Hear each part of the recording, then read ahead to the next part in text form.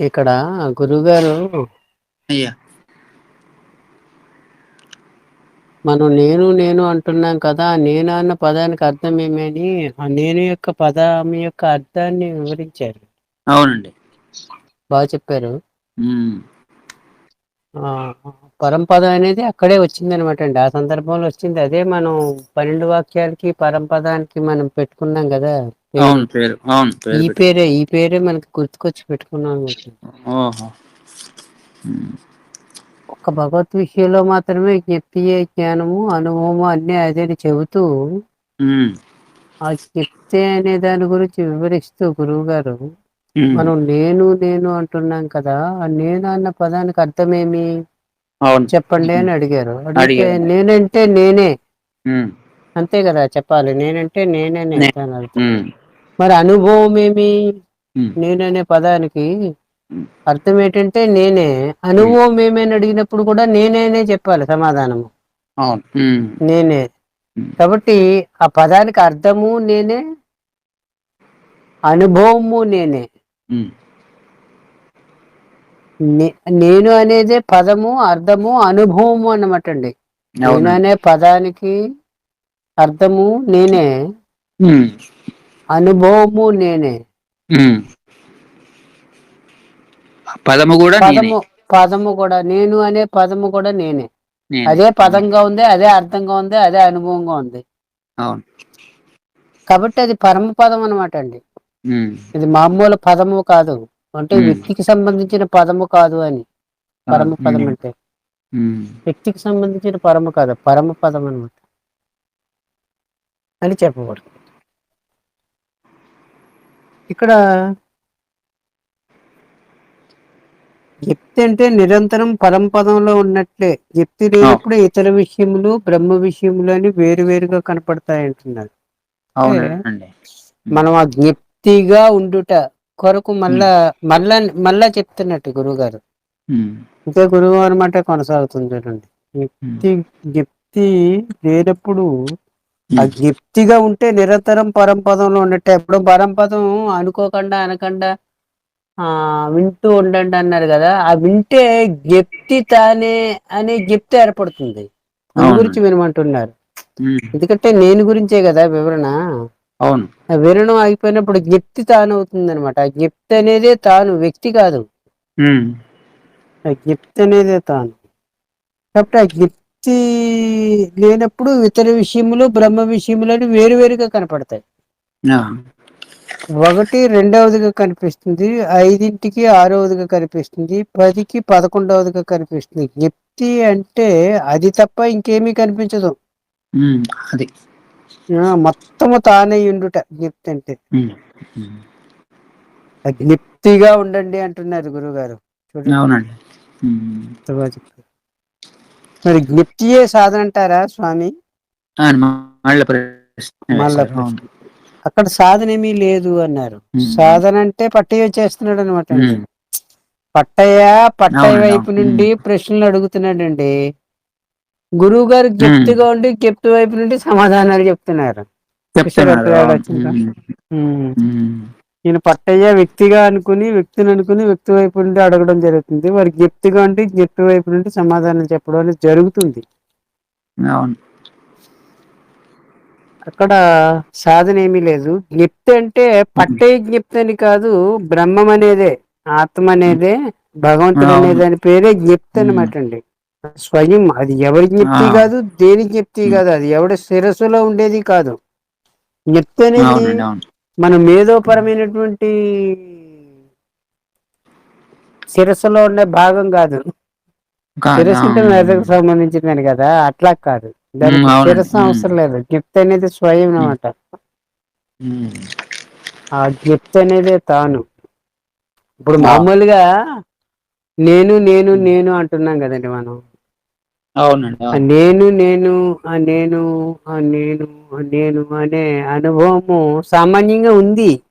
ఆ ఉండడమే ఉమ్, కాకుండా మీ శరీరాన్ని మీరు చూపిస్తూ నేను అని మిమ్మల్ని మీరు సంబోధిస్తారు కదా శరీరాన్ని చూపించి. అవు- దాని అర్థం ఏంటంటే శరీరం అంతా కలిపి మీరేనే. అవును. ఉమ్. అంటే శరీరం నఖచిక పర్యంతం కూడా మీరే వ్యాపించి ఉన్నారని మీరే చెప్తున్నట్టు. అంటే అనుభవం అవును. ఉంది మీకు. అనం ఉమ్. లేకుండా శరీరం నేనని ఎందుకు సంబోధిస్తారు మీరు? అంటే అనం. ఈ నేనికి శరీరం వ్యాపకత్వం అనేది సహజ లక్షణంగా ఉందన్నమాట. ఆ నేననే తత్వానికి, అంటే నేననే జ్ఞప్తికి, ఉమ్. ఆ జ్ఞప్తిగా ఉన్న నేనికి వ్యాపకత్వం అనేది సహజ లక్షణంగా ఉందని చెప్తున్నారు ఇక్కడ మనకి. ఉమ్. ఉమ్.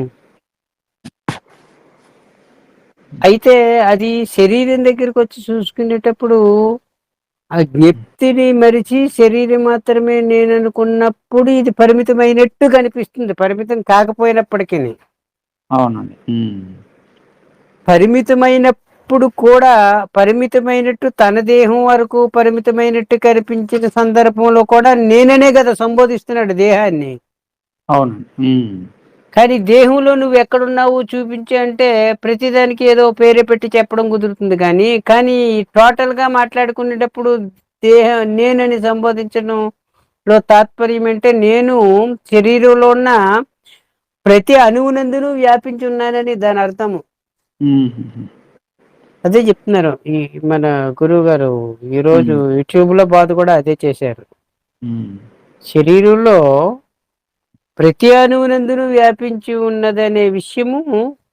కొంచెం విచారణ చేస్తే తనకు తెలిసిపోతుంది. ఓహో నేనే కదా మొత్తం వ్యాపించి ఉన్నాననే సంగతి. ఉమ్. ఆ వ్యాపకత్వం సహజ లక్షణం అనే విషయము తనకి స్వానుభవంగానే ఉంది యా. శరీరం వరకు. ఉమ్. శరీరం వరకు ఉమ్. వ్యాపకత్వంగా ఉంది. ఆ వ్యాపించినటువంటి శరీరాన్ని నాదిగా చూసుకునే లక్షణంగా కూడా ఉంది. అవును. నేనుగా చూసుకుంటుంది, నాదిగానే చూస్తుంది ఏకకాలంలో. ఉమ్. ఆ శరీరాన్ని నాదని సంబోధిస్తూనే నేనుగా చూసుకుంటుంది. ఉమ్. అంటే ఈ దేనిని నాదని సంబోధిస్తుందో ఉమ్. దానిని నేనుగా చూసుకునే లక్షణం కూడా తనకు సహజంగా ఉంది. ఈ జ్ఞప్తిగా ఉన్న నేనికి, ఆ, పట్టయగా ఉన్న నేనుకు కాదు, అవునా. ఉమ్. ఉమ్. మేధోపరమైన నేనుకు కాదు. ఉమ్.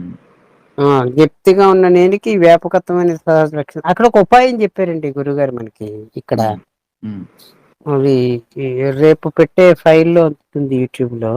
ఉమ్. చాలా అద్భుతమైన ఉపాయం ఏం చెప్పారంటే, ఉమ్. నేను అని మీరు ప్రతి అణువులో శరీరంలో వ్యాపించి ఉన్నారు కదా. ఉమ్. ఆ వ్యాపకత్వం అనేది మీకు సహజ లక్షణంగానే ఉంది. ఉమ్. అయితే ఇంకొక మాట అనుకోండి మీరు, ఉమ్. శరీరం అంతా వ్యాపించున్న అనేది ఎవరు మీకు పాఠం నేర్పక్కర్లేదు. అవును. ఉమ్. ప్రపంచం అంతా వ్యాపించి ఉన్నావంటే మీకు పాఠం చెప్పాలి. ఉమ్. కానీ శరీరం అంతా వ్యాపించున్నా అని మీకు పాఠం చెప్పాలా? అవసరం మీరు లేదు. అవసరం అవసరం లేదు. లేదు. ఎందుకని? అది మీ అనుభవంగా ఉంది. ఉంది కాబట్టి. ఇక్కడ ఒక పాయింట్ చెప్పారండి గురుగారు ఏమంటే, ఇప్పుడు ఉమ్. ఎలాగా శరీరం అంటే నేనే అని నువ్వు అంటున్నావు కదా, ఆ ఉమ్. వ్యాపకత్వం అనేది నీ సహజ లక్షణంగానే ఉంది కదా, ఇంకొక మాట అనుకో అన్నారు. ఉమ్. ఏమిటి ఆ మాట అంటే, ఉమ్. శరీరం లోపల వ్యాపించున్నాననే పరిమితం చేసుకున్నారు, శరీరం బయట కూడా నేనే ఉన్నాను వ్యాపించే అని ఒక మాట అనుకోండి అన్నారు. ఓహోహో. ఉమ్. అంతే, చిన్న మాట అనుకోమన్నారండి. ఉమ్. అనుకుంటే సరిపోతుందా అంటే సరిపోతుంది అంటున్నారు. ఇక్కడ కూడా అదే చెప్పారు, అనుకుంటే చాలనే విషయం ఈరోజు. ఇప్పుడు ఉమ్. ఉమ్. గుర్తు పెట్టుకోవడం కదంటే పెట్టుకుంటే చాలు, అది పూర్తి చాలా ఇంకంతకు అన్నారు. అవసరం లేదంటున్నారు ఇక్కడ. ఉమ్. అనుకుంటే చాలు అంటే అనుకుంటే సరిపోతుంది.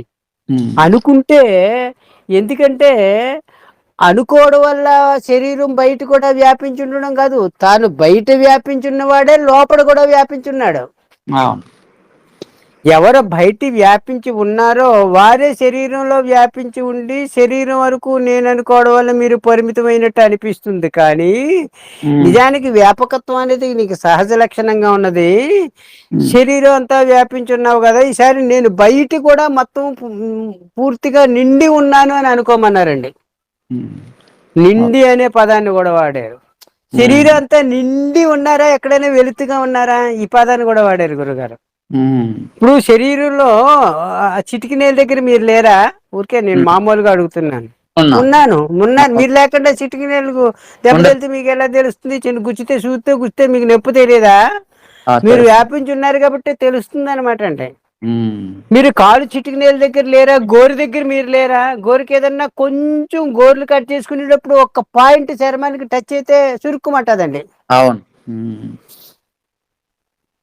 ఉమ్, మరంటే మీరు లేరా, వ్యాపించి లేరా? ఉన్నా. ఉన్నారు. ఉమ్. తల వెంట్రుకల దగ్గర దాకా మీరు వ్యాపించి లేరా? పైన శిరస్సు మీద లెక్కేసుకుంటే ఉమ్. ఉన్నారు. ఉమ్. మొత్తం మీరే ఉన్నారు. అంటే వ్యాపకత్వం సహజంగానే ఉంది. ఉమ్. ఆ బయట కూడా నేను నిండుగా ఉన్నాను, మొత్తం శరీరం అంతా నిండుగా ఉన్నాననే విషయం నీకు ఇప్పుడు అనుభవంగా ఉంది కదా, ఎవరో నేర్పకుండానే. అవును. ఉమ్. బయట కూడా నీకు ఎంత కనిపిస్తుందో అంతా కూడా నేనే నిండి ఉన్నానని అనుకోమన్నారండి. ఈ అంతే. అనుకుంటే సాధన, అది సహజ లక్షణంగా మారుకుంటే సిద్ధి. అంతే. అంతే. చూడండి ఎంత బాగుందో ఆ. సంజయ్ రెడ్డి గారు. ఉమ్. అనుకుంటే అవు సరిపోతుంది, నీకేం అవసరం లేదంటున్నారు గురువు గారు. అవును అవును ఎందుకని? శరీరాన్ని ఉదాహరణగా చెప్తున్నారు మనకి. ఉమ్. అవును శరీరం శరీరం అంతా నిండుగా నువ్వు ఎలాగైతే ఉన్నావో బయట కూడా అవును అలా నిండుగా ఉన్నానని అనుకోమంటున్నారు. అనుకుంటే వచ్చిన నష్టమేమని ఇప్పుడు? అంటే వీడి లెక్క ఏంటంటే అనుకుంటే కాదా కదా అంటే, అనుకుంటే వ్యక్తికి కాదు, వ్యక్తికి ఎడంగా ఉన్న జ్ఞప్తికి ఎందుకు కాదు, మొత్తం వ్యాపకం అనేది తన సహజ లక్షణంగా ఉంది. అవును శరీరం లోపల ఎవరైతే వ్యాపించి ఉన్నారో వారే శరీరం బయట కూడా వ్యాపించి ఉన్నారు. అవును ఇద్దరు లేరని చెప్పారండి స్పష్టంగా. ఉమ్. అట్లా ఉన్నప్పుడు అటండి, ఆ నాలో నేను ఉన్నాను, పట్టయితో సహా సకలము ఉంది అనే అనుభవం కలుగుతుందని చెప్తున్నారు. ఉహుహు. ఉమ్. అప్పుడు అదే మీరు అదే శరీరం వరకే నిండి ఉన్నాని అన్నప్పటికీ మొత్తం వ్యాపించి మీ లోపల ఉందిగా మీరు చూడలేరు. ఎందుకంటే శరీరం వరకే మీరు పరిమితమై ఉన్నారు కాబట్టి చూడలేరు. అవును. కానీ అందరికీ నమస్కారం అండి. శరీరం బయట కూడా నేనే ఉన్నాను అని అనుకో సరిపోతుంది, ఇంకేమీ అవసరం లేదంటున్నారు గురుగారు. ఉహుహు. అనుకుంటే అది అనుభవంగా మారుకుంటుందన్నారు. అవును అంతేకాదు, అనుభవంగా మారుకుంటే ఆ అనుభవమే మీరైపోతే మీరు ఏ అరుణ ఇప్పుడు తిరువண்ணామలై వెళ్తే వెళ్తే ప్రశ్న వేశారు ఈ అడిగిన వారు గురువు గారిని. గురువు గారు అంటే, ఉమ్. ఇప్పుడు మీరు తిరుమలై వెళ్తున్నారు కదా, ఇక్కడ భగవాన్ దర్శించుకుంటారు కదా, భగవాన్ పలానా టైంలో పుట్టారని, పలానా చోటు ఉన్నారని, ఇగో ఇక్కడ ఉన్నారని అనుకుంటున్నారు కదా, ఉమ్. అదంతా కాపి నీ లోపల లెక్కకు వచ్చేస్తుంది అంటున్నారు. ఉహుహు. ఏమో నాలో భగవాన్ పుట్టారు, నాలో పలానా ఇక్కడ ఉన్నారు, నాలో అరుణాచలం ఉంది, నాలో తిరువண்ணామల ఉంది అనేది తన లోపల లెక్కకు వచ్చేసరికి మీరు ఇంక తిరువண்ணామల వెళ్ళేదే ఉంది, మీ లోపలే కదా ఉంది అంటున్నారు. మేము మీ దర్శనానికి వచ్చి తిరువண்ணామలకి వెళ్తున్నామని ఆ సందర్భంలో మీరు చెప్పు ఉంటారు. ఇప్పుడు మీరు తిరువண்ணామల వెళ్తున్నారు కదా, అక్కడ రమణ భగవాన్లు ఉంటారు కదా, వారు పలానా సమయంలో పుట్టారు, పలానా ఇంత కాలం ఉన్నారు, ఆ తర్వాత ఇలాగ సమాధి చేయబడింది అని అనుకుంటారు కదా, ఇదంతా బయట లెక్క చేసుకుంటున్నారు. ఇప్పుడు అలా కాకుండా ఇలాగ బయట కూడా నేనే నిండు ఉన్నానని మీరు అనుకుంటే అది అనుభవంగా మారుకుంటుంది, తిరువన్నామాలతో సకలము మీ లోపల ఉన్నదిగా మారుకుంటుంది అంటున్నారు.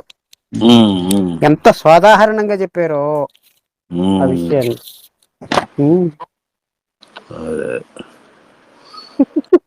మనకేమో శరీరం వరకే అనుభవం ఉండి బయట కూడా మనం ఉన్నాము అనుకోవాలంటే మనకు ఆ అనుభవం లేని దాన్ని అనుకోవడానికి కూడా ధైర్యం లేని స్థితిలో ఉన్నాం మనం.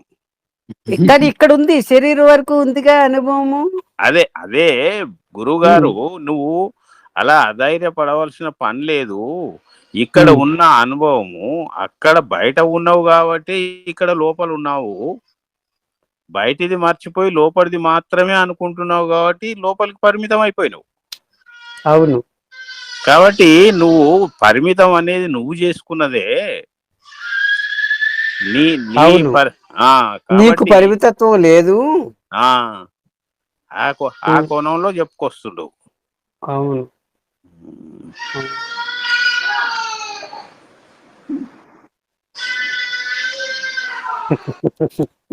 ఆ కోణంలో చెప్పుకురావడం కాదు, ఉన్న విషయం అలాగుంది కాబట్టి చెప్తున్నారు. అదే అదే అంటే మనం ఒక గీత గీసుకొని అవతలి దాస్తే మనకి అది ఇంకో కోణంలాగా కనిపిస్తుంది. కాదు, ఉండడం అలాగే ఉంది, మనం అదే ఈ కోణంలో చూడడం వల్ల అది కూడా ఆ కోణంలాగా కనిపిస్తుంది. కానీ నిజానికి అవును ఆ వ్యాపకత్వం అనేది సహజ లక్షణంగా ఉంది అని అంటే చెప్తూ గురువు ఏం చేస్తున్నాడంటే అట్లా మనం ఏదైతే గీత గీసుకున్నామో బయట కూడా ఉన్నాము అని అనుకోవడం వల్ల ఈ గీతని చెడిపేసుకుంటున్నాం. అవును.